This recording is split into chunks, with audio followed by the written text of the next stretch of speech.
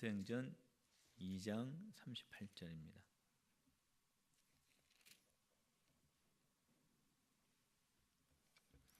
우리 다 같이 한 목소리로 읽도록 하겠습니다. 2장 38절 시작. 베드로가 이르되 너희가 회개하여 각각 예수 그리스도의 이름으로 세례를 받고 죄 사함을 받으라. 그리하면 성령의 선물을 받으리니. 아멘. 오늘은 성령 강림, 성령님에 대해서 우리가 말씀을 통해서 우리 함께 살펴보려고 합니다. 예수님께서 십자가에 죽임을 당하시고 3일 만에 다시 부활하시고 또 제자들에게 40일 동안 보이신 다음에 하늘로 승천을 하셨죠. 예수님께서 승천하실 때에 제자들에게 뭐라고 말씀하셨냐면 내가 성령을 너에게 보내리라 이렇게 말씀을 하셨습니다. 그래서 예수님께서 그 약속하신 대로 성령께서 임하시게 되는데 제자들에게 임하시게 되는데 열흘 만에 제자들에게 임하시게 됩니다. 그리고 그때 임하신 그 성령님은 지금도 이 세상을 떠나지 아니하시고 우리 교회에 성령께서 임재해 계시고 그리고 예수님을 믿는 저와 여러분들에게 성령님께서 임재하여 계시는 것입니다. 성령님께서 왜 우리 믿는 자들에게 임재하시느냐 하면은 우리 믿는 자들이 이 세상을 살아갈 때에 우리의 힘과 우리의 방법으로는 이 세상을 도저히 살아낼 수가 없기 때문에 그렇습니다. 우리가 하나님을 믿는 자로서 이 세상을 살아갈 때 우리가 누구의 인도함을 받아야 되느냐 하면은 성령님의 인도함을 받아야 하는 것입니다. 요즘은 내비게이션 없으면 이제 아무데도 못 가죠. 그저 옛날에는 정말 없어도 하루 전날 지도 찾아서 그려보고 또 지도 찾아서 그려서 가다가 못 찾으면 또 차 세워서 물어보고 막 그러지 않았습니까? 근데 요즘은요 내비게이션 없으면 진짜 어디도 못 갑니다. 다 내비게이션 먼저 켜고 거기만 따라서 가야 됩니다. 우리가 얼마 안 되는 길을 가더라도 꼭 이 내비게이션을 따라서 가야 되는데 우리가 인생이라고 하는 이 긴 항로를 우리가 갈 때 인도자 없이 간다? 그건 말할 수가 없는 거죠. 우리가 여행을 가더라도 어떻습니까? 안내하는 그 가이드를 꼭 쳐다보고 가죠. 만약에 그 가이드 놓치면 어떻게 돼요? 국제 미화가 되는 겁니다. 그렇기 때문에 그 앞에서 인도하는 이 성령님이 얼마나 중요한지 몰라요. 하나님을 알지 못하는 사람이라면 몰라도 예수님을 믿는 우리 하나님의 자녀들은요, 이 세상을 살아갈 때 반드시 성령님의 인도함을 받아야 하는 것입니다.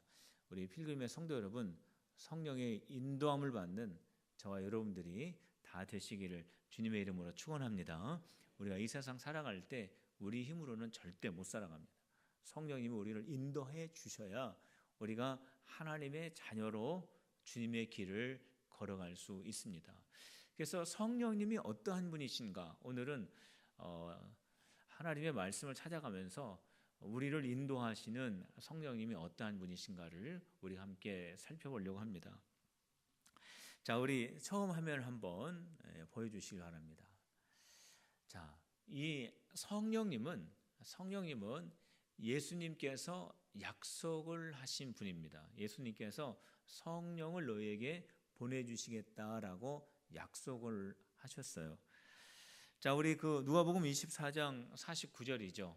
우리 천천히 한번 읽어봅시다. 시작. 볼지어다 내가 내 아버지께서 약속하신 것을 너에게 보내리니 너희는 위로부터 능력으로 입혀질 때까지 이 성에 머물라 하시니라 그랬습니다. 볼지어다 내가 내 아버지께서 약속하신. 자, 이 말씀은 예수님께서 하신 말씀입니다. 예수님께서 무슨 말씀하셨냐면 아버지께서 약속하신 대로 하나님 아버지께서 성령을 약속하신 대로 이것을 너희에게 보내리니 너희는 위로부터의 능력으로, 이 위로부터의 능력이 바로 뭐냐면 성령님이에요. 이 성령님이 너에게 입혀질 때까지, 성령님이 우리 가운데 임하셔서 우리에게 입혀지기까지, 성령이 우리에게 입혀진대요. 성령으로 우리가 옷 입는 자들이 될 때까지 이 성에 머물러서, 예루살렘에 머물러서 성령을 기다리라, 이렇게 말씀을 하고 있습니다.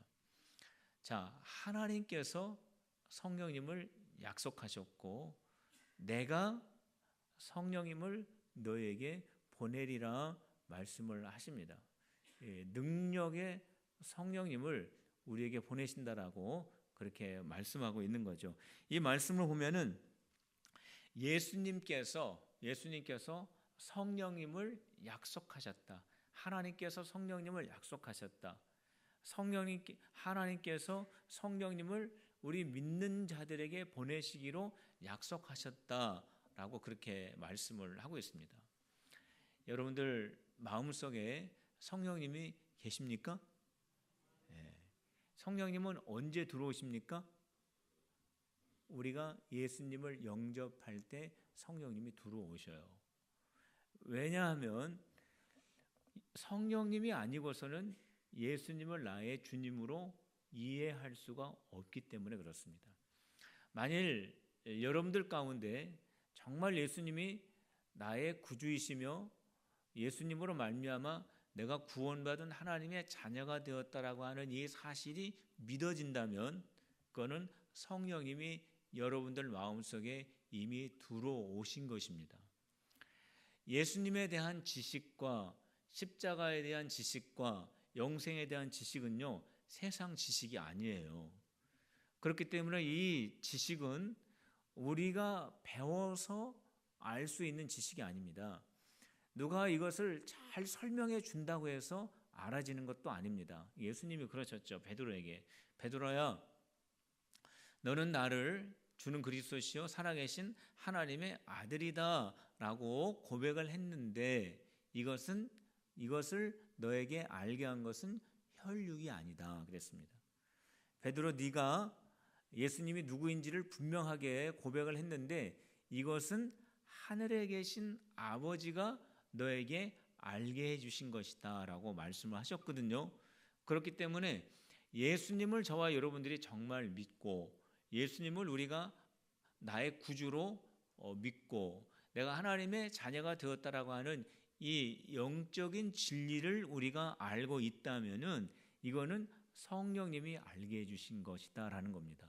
그래서 이 예수님을 내가 믿는 자가 되었다면 이미 내 안에 성령님이 계신 거죠.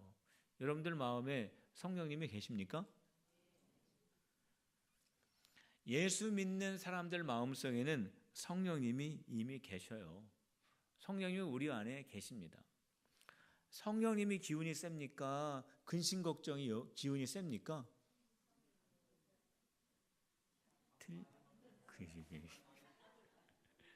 밥 많이 먹는 사람이 이긴다고 했잖아요.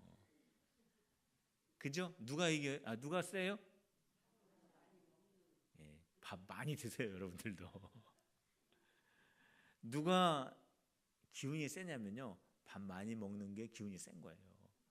성령님에게 식사를 많이 대접해 드리시길 바랍니다. 그게 뭐예요? 성령님 의지하는 거, 성령님 순종하는 거, 성령님 묵상하는 거, 성령님을 늘 앞세워 드리는 게 밥 많이 주는 거예요.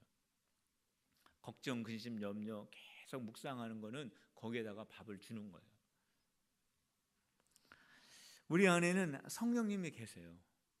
자, 성령님이 우리 안에 계시는데 성령님이 신약 시대 때 오순절날 마가의 다락방에 120명의 제자들이 모여서 예루살렘 성에서 기다리고 있을 때에 성령님이 처음 이제 제자들에게 임하시죠.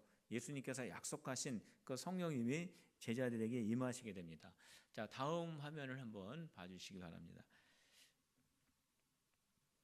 자, 같이 읽어봅시다. 천천히 시작. 호련히 하늘로부터 급하고 강한 바람 같은 소리가 있어 그들이 앉은 온 집에 가득하며 마치 불의 혀처럼 갈라지는 것들이 그들에게 보여 각 사람 위에 하나씩 임하여 있더니 그들이 다 성령의 충만함을 받고 성령이 말하게 하심을 따라 다른 언어들로 말하기를 시작하니라 그랬습니다. 예수님께서 제자들에게 성령을 기다려라 10일 만에 예수님이 약속하신 성령이 120명의 제자들 가운데 임하시게 됩니다. 저는 우리 교회에 120명의 성령 충만한 기도의 역군들이 기도의 중보자들이 세워지시기를 주님의 이름으로 축복합니다. 저는 우리 교회에 120명의 성령 충만한 중보자들, 오순절날 마가의 다락방에 모여서 성령 충만받은 그런 중보자들이 있기를 저는 마음속에 한번 그려봅니다. 그 중보자들이 우리 교회에서 120명이 새벽에 기도하고 금요일날 기도하고 수요일날 기도하고 모일 때마다 기도하고 가정을 위해서 기도하고 교회를 위해서 기도하고 나라를 위해서 기도한다면 우리 교회에 큰일이 날 겁니다. 성령의 역사가 일어날 것입니다. 바로 여러분들이 그 기도의 중보자들이 되시기를 주님의 이름으로 축복합니다. 이 성령께서 약속하신 성령께서 오순절날 신약시대에 처음으로 110명의 제자들이 모여있는 그 다락방에 임하시게 되었는데 성령이 임하실 때 나타나는 그러한 그 증표들, 표적들이 여기에 나타나고 있습니다. 그 첫 번째 증표가 뭡니까? 급하고 강한 바람 같은 소리가 있었다 그랬습니다. 바람은 성령은 아닙니다. 성령님은 바람이 아니에요. 바람 같은 소리라고 했습니다. 성령님께서 제자들에게 임하실 때, 성령님이 임하실 때 어떻게 임하셨냐면 바람처럼 임하신 겁니다. 바람이 성령이 아니에요. 성령님은 바람이 아닙니다. 바람처럼 성령님이 임하시게 된 겁니다. 성도 여러분, 이 바람, 그런데 여기 보면 급하고 강한 바람처럼 성령님이 임했다라고 했습니다. 자, 여기서 말씀하시고자 하는 내용은 뭐냐면 성령님은 강한 바람 같으신 능력이 있는 분이다라고 하는 것을 지금 말씀해 주고 있는 것입니다. 성령님은 어떠한 분이냐면 강하신 분이에요. 성령님은 능력이 있는 분이십니다. 바로 이 강하고 능력 있는 성령으로 덧입는 저와 여러분들이 되시기를 주님의 이름으로 축복합니다. 그래서 성령 충만한 사람 치고 두려워 떠는 사람이 없어요. 여자라고 할지라도 나이가 많은 그러한 연세가 많이 든 그러한 여자라고 할지라도 성령의 충만함을 받으면 두렵지 않습니다. 담대함이 있어요. 그것은 뭐냐면 오래 산 경륜이 있기 때문에 그렇지가 않습니다. 능력 많으신 성령님의 옷을 입었기 때문에 담대하고 강한 능력을 가진 그리스도인이 될 수가 있다라고 하는 것입니다. 여러분들 가운데 혹시 두려운 마음을 가지고 계신 분 있습니까? 아니면 연약한 마음을 가지고 있는 분들 계십니까?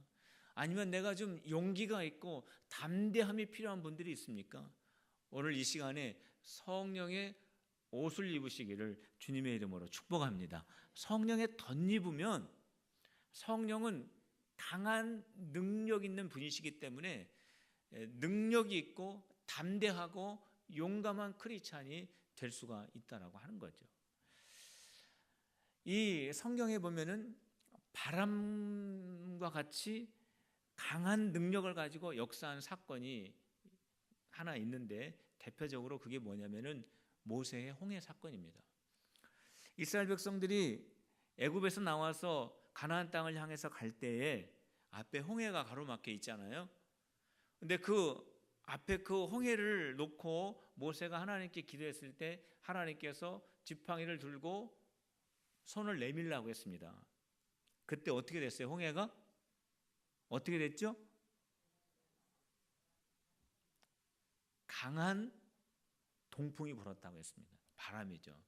그건 자연 바람이 아니라 하나님이 허락한 하나님의 능력의 바람인 것입니다. 아무리 자연 바람이 분다고 하더라도 어떻게 바다가 갈라지겠습니까? 그거는 가능하지가 않죠. 그런데 하나님의 능력의 성령의 바람이 불 때에 그 홍해에 물이 갈라지는 역사가 일어나게 된다라고 하는 거예요. 이게 바로 성령의 능력입니다. 바로 이 능력의 성령을 옷 입으시기를 주님의 이름으로 축복합니다. 성령님은 또 어떻게 나타나냐? 두 번째 보면은요, 오늘 이 말씀에 보면은 어떻게 나타납니까? 불의 혀처럼 갈라진다 그랬습니다. 이 불 나는 거 보면은요, 어떻습니까? 막 갈라지잖아요. 막 이 불이 막 사방으로 막 갈라지지 않습니까? 올라갔다 내려갔다 하지 않습니까? 성령님은 불은 아닙니다. 불이 성령님도 아닙니다. 성령님이 불처럼 임했다 그랬습니다. 성령님이 불처럼 임했어요. 성령님이 불처럼 임했다라고 하는 것은 뭐냐면 성령님은 불과 같은 분이다라고 하는 거예요. 그래서 우리가 성령 충만 받으면 어떻게 되죠? 몸이 뜨거워지죠. 마음이 뜨거워지죠. 성경에 나와요. 성령 충만 받고 은혜를 받으면 마음이 뜨거워진다라고 하는 말이 나옵니다. 어디 나옵니까? 엠마오로 내려가던 두 제자가 예수님과 동행을 하지 않습니까? 부활하신 예수님과 동행을 하는데 예수님을 못 알아보죠. 그런데 그들이 저녁 때 둘이 이런 말을 합니다. 그때 낮에 예수님께서 우리에게 말씀을 가르쳐 주실 때 우리의 마음이 뜨겁지 아니하냐 그런 말을 합니다. 말씀을 듣고 은혜를 받으면 마음이 뜨거워집니다. 성령의 불과 같은 능력이 우리 가운데 임하시면 우리의 심령이 뜨거워집니다. 우리가 말씀을 듣고 은혜를 받으면 우리의 몸이 뜨거워집니다. 가정이 뜨거워집니다. 우리 교회가 뜨거워집니다. 성령 충만 받아서 우리 교회가 뜨거워지는 역사가 일어나시기를 주님의 이름으로 축원합니다. 여러분들의 마음이 뜨거워지시기를 주님의 이름으로 축원합니다. 이건 우리가 운동해가지고 더운 거하고 달라요. 이건 우리가 흥분해가지고 우리의 마음이 더워지는 거하고는 아주 다른 것입니다. 불과 같은 성령이 우리 가운데 오실 때 우리의 심령은 뜨거워지고 우리의 몸은 뜨거워지고 우리가 모인 것은 뜨거워지고 우리가 모인 이 예배마다 성령의 열기로 가득 차게 되는 것입니다. 성도 여러분, 성령의 충만함, 불과 같은 성령을 받는 우리 필그림이 되시기를 주님의 이름으로 축원합니다. 이게 바로 성령이 임했을 때 나타나는 그러한 표적 가운데 두 번째입니다. 오순절 마가의 다락방에 성령이 임하실 때 나타나는 또 하나의 표적이 있는데 그것은 뭐냐면 영적 소통의 역사가 일어났다라는 거예요. 자, 한번 따라해 봅시다. 영적 소통의 역사. 요즘 전 세계적으로 중요한 단어가 하나 있는데 그게 바로 뭐냐면 소통이죠. 소통. 우리나라에도 이 소통이라고 하는 말이 몇 년 전부터 굉장히 아주 주목받고 있는 그러한 말입니다.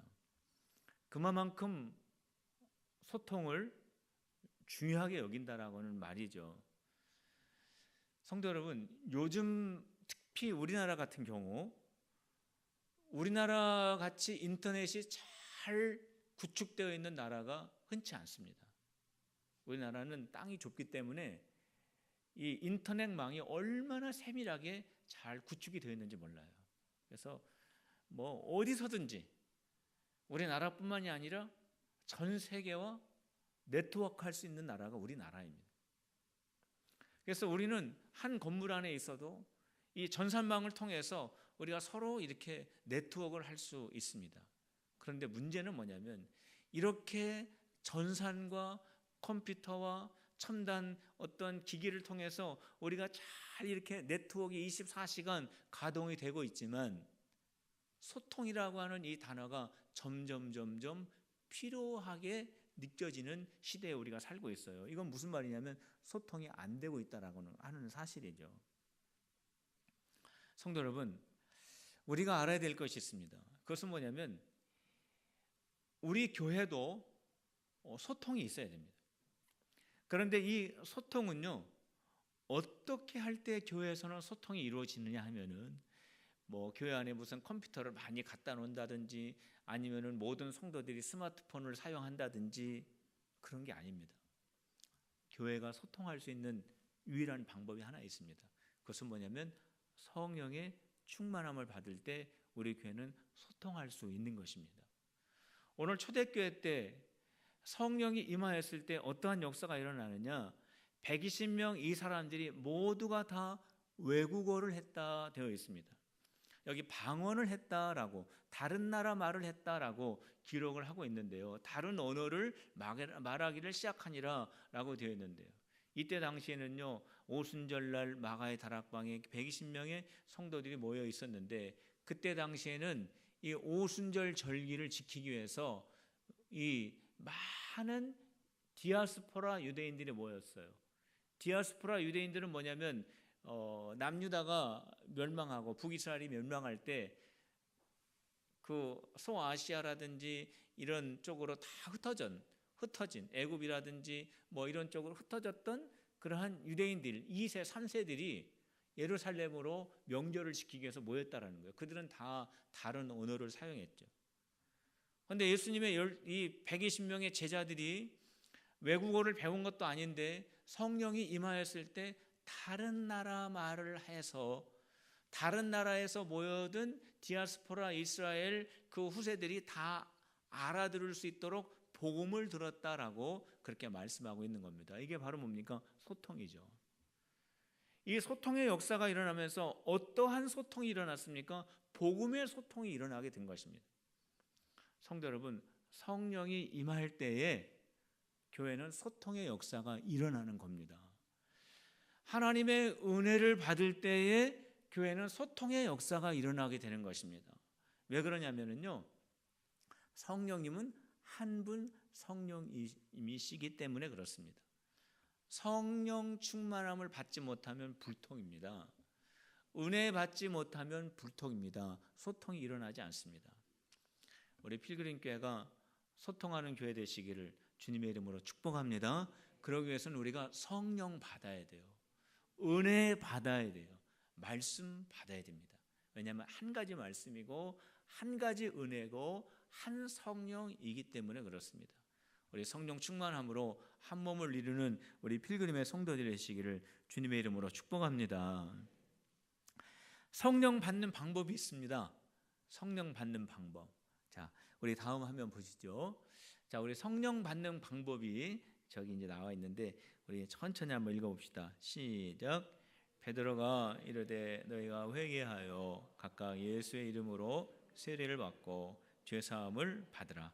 그리하면 성령의 선물을 받으리니 이 약속은 너희와 너희 자녀와 모든 먼데 사람 곧 주 우리 하나님이 얼마든지 부르시는 자에게 하신 것이라 하고 그랬습니다. 자, 성령 받으려면 어떻게? 첫 번째, 회개해야 된다 이거예요. 성령은 하나님의 영이시지 않습니까? 하나님의 영은 죄 있는 곳에 오시지 않으세요. 하나님의 영은 거룩한 곳에 오세요. 죄 없는 사람은 없지만 우리가 예수 그리스도의 십자가의 보혈을 의지하여 회개할 때 성령님이 그 가운데 임하시게 되는 겁니다. 두 번째, 성령 받으려면 어떻게 해야 돼요? 세례를 받아야 됩니다. 자, 세례는 뭡니까? 세례는 물속으로 들어가는 거잖아요. 세례라고 하는 이 말뜻은 무슨 뜻이냐면요, 물속으로 들어간다라는 뜻이에요. 웹타이즈라고 하는 말이 물속으로 들어간다라는 겁니다. 물속으로 들어가면 어떻게 돼요? 물속으로 들어가면 어떻게 돼요? 죽죠? 그죠? 네, 물속으로 들어가면 죽어요. 침례교회 목사님이 해준 말이에요. 우리 성결교회는 그런 목사님 없어요. 침례교회는요, 지금도 침례를 해요. 정말 그 침례탕이 있어요. 그 교회 가보면은 강대상 뒤에 있는 교회도 있어요. 침례탕이. 아니면은 강대상 뒤에 없는 경우에는 이제 야외에서 이제 마당에서 침례를 하죠. 우리 성결교회는 그런 목사님 없습니다. 근데 침례교회 목사님은 그랬어요. 뭐라고 했냐면요. 잘 말 안 듣는 성도가 저기 침례 받을 때 좀 오래 누른대. 일어나려 하면 또 누른대. 왜 그렇습니까? 더 회개하고 더 예수님 안에서 새롭게 되라, 그런 의미로 한다고 그렇게 얘기하는데, 성도 여러분, 침례는 뭐냐면 물속으로 들어간다는 거예요. 물속으로 들어가면 어떻게 돼요? 죽는 거예요. 나의 옛 자아를 죽이는 거예요. 그러면은 물속에 계속 있어요? 물속에 계속 있으면 어떻게 돼요? 목사님 신문에 나오는 것이 이제 그 사람을 일으켜 세우죠. 물 밖으로 나오면 어떻게 됩니까? 예수 안에서 새로운 사람이 된다라는 거예요. 자, 이것은 뭘 말해주냐면은 예수 안에 나의 옛 자아는 죽고 예수 안에서 나는 새로운 사람이 된다라고 하는 것이 바로 세례예요. 오늘 우리 성도님들 가운데 혹시 세례 안 받으신 분들 있으면 꼭 세례를 받으시기 바랍니다. 자, 어떤 분들은 이래요. 성도님 세례 받으십시오 라고 했더니 아직 준비가 안 돼가지고 세례를 못 받겠다고 하는 분들이 있어요. 완성이 된 사람에게 주는 게 세례가 아니에요. 내가 예수님의 새로운 사람으로 내가 살겠습니다라고 내가 시작하는 그것이 바로 세례입니다. 결혼은 뭡니까? 내가 한 남자하고 한 여자하고 내가 완전한 사랑을 하기 때문에 하는 게 결혼 아니잖아요. 내가 앞으로 한 몸을 이루겠다라고 하는 것이 결혼인 거와 같은 것입니다. 자, 회개하고 세례를 받을 때 성령을 받는다 그랬습니다. 근데 성령은 뭐라고 그랬어요? 하나님이 주시는 선물이다 그랬어요. 성령을 우리 마음대로 받는 게 아니에요. 하나님이 우리에게 주시는 것입니다. 선물로 주시는 것입니다. 성도 여러분, 회개하고 세례하여 성령 받는 우리 성도님들이 다 되시기를 주님의 이름으로 축복합니다. 자, 성령 받은 사람의 특징, 모습이 있습니다. 성령 받은 사람. 자, 성령 받은 사람의 특징 첫 번째 있어요. 우리 1번 읽어봅시다. 시작. 그들이 사도의 가르침을 받아 서로 교제하고 떡을 떼며 오로지 기도하기를 힘쓰니라 그랬습니다. 자, 성령 충만 받은 120명의 성도들이 이제 복음을 전하지 않습니까? 그들이 이제 어떻게 됩니까? 교회를 이루죠. 그게 이제 초대교회죠. 성령 충만 받은 이 120명을 중심으로 해서 복음이 전파되고 사람들이 모이기 시작했는데 그 모임 사람들이 하는 일이 있어요. 성령 충만한 공동체가 하는 일이 있어요. 잘 보세요. 어떠한 일을 하는지. 초대교회가 무엇을 했는지 잘 보세요. 사도의 가르침을 받아. 이건 뭡니까? 하나님의 말씀을 들었다라는 거예요. 둘째, 서로 교제하고 서로 사랑했다라는 거죠. 그리고 세 번째, 오로지 기도하기를 힘쓰니라 하겠습니다. 성도 여러분, 얼만큼 기도하십니까? 여러분들 일주일에 몇 번 기도하십니까? 여러분들 하루에 얼마만큼 주님과 교제하십니까? 성령 충만한 사람의 특징은 말씀을 듣고 서로 사랑하고 서로 기도하는 것입니다. 불화하는 사람은 성령 충만한 사람이 아닙니다. 기도하지 않는 사람은 성령 충만한 사람이 아닙니다. 말씀 듣지 않는 사람은 성령 충만한 사람이 아니에요. 자, 성령 충만한 또 하나의 특징이 있습니다. 자, 2번 읽어봅시다. 시작. 빌기를 다음에 모인 것이 진동하더니 우리가 다 성령이 충만하여 담대히 하나님의 말씀을 전하니라 그랬습니다. 자, 이건 뭐냐면 이제 제자들이 감옥에 갇혔어요. 베드로 이 사도들이 감옥에 갇혔다가 성령의 능력으로 감옥에서 풀려 나오잖아요. 그리고 그 성도들에게 갔더니 성도들에게 가서 우리가 이렇게 성령의 은혜로 말미암아 우리가 감옥에서 또 관리들에게서 우리가 풀려 나왔다라고 하니까 그 성도들이 기도한 거예요. 하나님 감사합니다 라고 기도하고 맞추니까 성령이 충만하여 하나님의 말씀을 담대히 전했다 그랬습니다. 자, 사도들이 감옥에서 이 관리들에게 풀려 나와 가지고 지금 무슨 말을 하고 있냐면, 관리들이 우리를 풀어줄 때, 요번 한 번은 풀어줄 때니까 절대로 나가서 예수 전하지 말아라 라고 하고 풀어준 거거든요. 관리들이 우리를 그렇게 해서 풀어주었다, 하나님의 은혜로 우리가 풀려나게 되었다 라고 그렇게 말했는데, 성도들이 그 보고를 듣고 기도하고 성령의 충만함을 받아 복음을 전하지 말라고 했는데 복음을 전했다라는 거예요. 복음을 전할 때 누가 뭐라고 하지 않는데 복음을 전하는 것이 아니라, 복음을 전하면 잡혀갑니다. 죽을 수도 있어요. 순교당할 수도 있어요. 그런데 그들이 복음을 전했다라는 거예요. 잡혀가는 것보다도, 순교당하는 것보다도 그들이 성령의 충만함을 받으니까 그것을 담대한 마음이 생겨서 복음을 전하는 사람이 되었다라고 하는 거죠. 성령 충만 받으면 담대해집니다. 용감해집니다. 성령의 담대함, 성령의 능력의 옷을 입는 여러분들이 되시기를 주님의 이름으로 축복합니다. 자, 그다음 마지막에 보면요. 자, 다음 한 번 봅시다. 성령의 충만함을 받으면 어떠한 일이 생기느냐? 성령의 열매를 맺게 됩니다. 자, 한번 따라해 보세요. 성령 충만 받으면 성령의 열매를 맺는다. 성령의 열매가 9가지죠. 사랑, 희락, 화평, 오래 참음, 자비, 양성, 충성, 온유, 절제. 9가지죠. 네, 성경 원문에 보면은요, 복수로 되어 있지 않고요, 단수로 되어 있어요. 자, 이것은 무슨 말이냐면, 성령을 받으면 어떤 사람은 사랑이 맺히고, 어떤 사람은 희락이 맺히고, 어떤 사람은 오래 참음이 맺히고, 그런 게 아니라 성령은요, 종합 선물 세트예요. 성령의 열매는 하나예요. 우리가 사과나무 씨앗을 심으면 사과가 열리잖아요. 근데 성령의 씨앗을 심으면 성령의 9가지 열매가 같이 동시에 열리게 된다라고 하는 겁니다. 이게 바로 뭐냐면 성령의 성품이라고 하는 거죠. 성도 여러분, 성령 충만 받아 성령의 9가지 열매 다 맺는 우리 필그림이 되시기를 주님의 이름으로 축복합니다. 그래서 우리 교회에 사랑이 있고, 자, 빨간 것만 읽어보세요. 성령의 열매 큰 목소리 시작. 사랑, 희락, 화평, 오래 참음, 자비, 양성, 충성, 온유, 절제. 이게 9가지 열매예요. 성령 충만 받은 사람에게 나타나는 9가지 열매예요. 성도 여러분, 우리에게 이러한 성령의 열매가 지금 나타나고 있습니까? 나타나면 성령 충만한 거예요.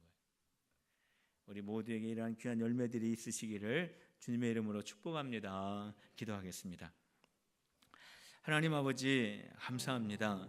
우리가 이 세상을 살아갈 때에 저희들을 고아와 같이 홀로 두지 아니하시고 성령님께서 우리 가운데 임하여 주시사 우리가 주의 길을 가는 동안 우리와 함께 하시고 우리를 인도하시고 우리를 담대하게 하시고 우리에게 지혜를 주시고 주님의 말씀을 들을 수 있는 은혜를 주신 성령님, 오늘 저희들이 성령님을 더 의지하며 우리가 예수님을 영접할 때 임하셨던 그 성령님을 우리가 더 의지하며 인정하며 나가는 성령의 사람들이 되게 하여 주시옵소서. 예수님의 이름으로 기도하옵나이다. 아멘. 오늘 이 시간에 우리 박수